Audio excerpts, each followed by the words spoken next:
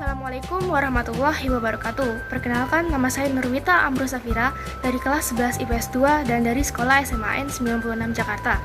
Saya di sini akan memvideokan bagaimana dan apa hubungan integrasi sosial dan dengan COVID-19 ini. Jadi sebelum kalian mengetahui hubungan antara integrasi sosial dan COVID-19 ini, kalian harus mengerti definisi dari integrasi sosial dan COVID-19 itu sendiri. Jadi yang pertama yang akan saya bahas yaitu yang pertama ada definisi integrasi sosial serta yang lain-lain, faktor pendukung, bentuk-bentuk dan yang lain-lain. Kemudian yang ketiga ada COVID-19 yaitu definisi serta penyebarannya, kemudian cara mengantisipasinya.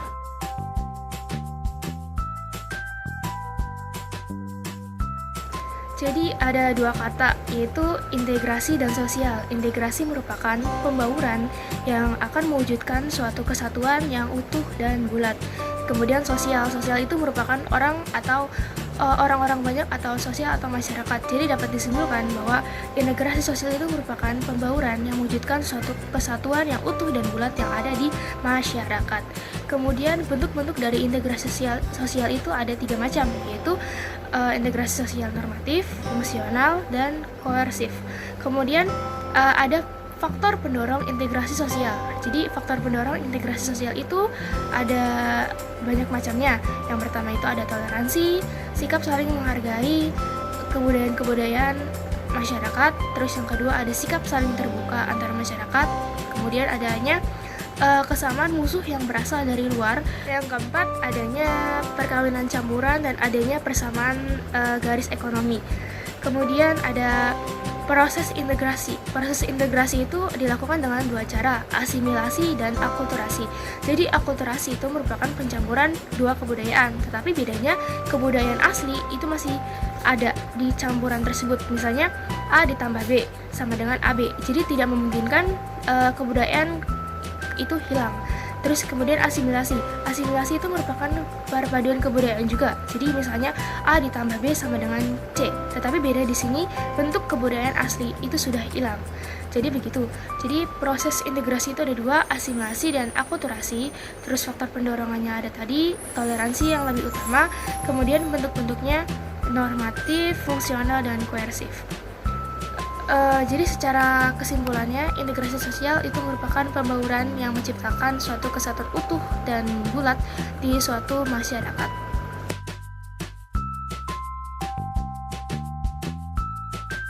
Kemudian COVID-19 itu merupakan wabah atau penyakit internasional yang baru-baru ini telah terjadi dan menghebohkan seluruh umat Indonesia maupun umat dunia. COVID-19 ini merupakan wabah yang berasal dari Wuhan, lebih tepatnya di Republik Rakyat Cina. Kemudian COVID ini berasal dari orang-orang Wuhan yang gemar memakan sup kelelawar. Kemudian cara pencegahannya itu yang pertama melakukan social distancing atau physical distancing. Terus yang kedua rajin mencuci tangan dan selalu pergi menggunakan masker. Jadi apa sih hubungannya antara integrasi sosial dan COVID-19 ini? Jadi hubungannya ada pada hubungan sosial.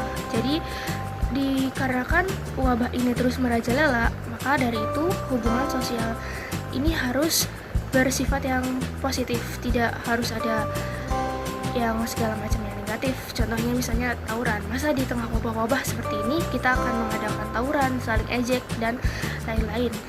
Jadi hubungan sosial itu mengarah ke positif, misalkan saling membantu, saling mensupport masyarakat atau garda depan yang melindungi kita dari wabah COVID atau tenaga medis yang menyembuhkan kita dari COVID-19 ini. Jika COVID-19 ini menyebabkan kita melakukan physical distancing, maka hal itu tidak menunjukkan suatu disintegrasi, malah kita harus meningkatkan integrasi. Jadi walaupun jiwa raga terpisah, tetapi harus tetap mensupport dan mendukung warga-warga sekitar yang terkena wabah ini. Caranya yang pertama harus mensupport atau membantu warga-warga yang terkena dampak COVID-19 ini. Contohnya orang kaya yang saling membantu dengan kekayaan mereka dibagi-bagi ke warga-warga yang kurang mampu untuk membeli bahan baku makanan atau peralatan medis lainnya. Yang kedua, melakukan donasi sumbangan untuk membeli APD alat pelindung diri yang akan disumbangkan ke rumah sakit yang kekurangan alat pelindung diri. Ketiga, jalankan silaturahmi tetapi tidak saling berpegangan tangan dan tidak saling bertemu, yaitu jalankan silaturahmi dengan cara menggunakan sosial media seperti WhatsApp, Instagram, Twitter, dan lain-lain. Hal itu dapat meningkatkan integrasi karena saling bertatap muka serta saling mengetahui kabar masing-masing. Seperti itu.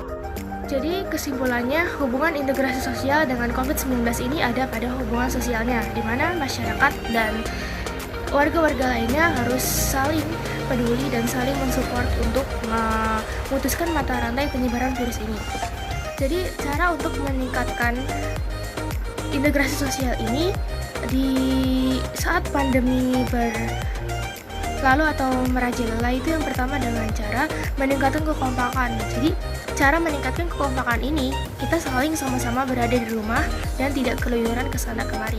Jadi dengan itu kita dapat mengurangi dan memutus wabah penyebaran virus COVID-19 ini. Jadi ada pada peningkatan kekompakan dan gerakan saling kompak. Jadi itulah beberapa cara untuk meningkatkan integrasi sosial di tengah wabah penyakit pandemi COVID-19 ini. Dan sekian video singkat dari saya, dan mohon maaf apabila saya menyampaikan kata-kata yang kurang sopan atau menyinggung hati kalian. Kemudian maafkan juga apabila video saya tidak tertarik untuk dipertontonkan. Wassalamualaikum warahmatullahi wabarakatuh.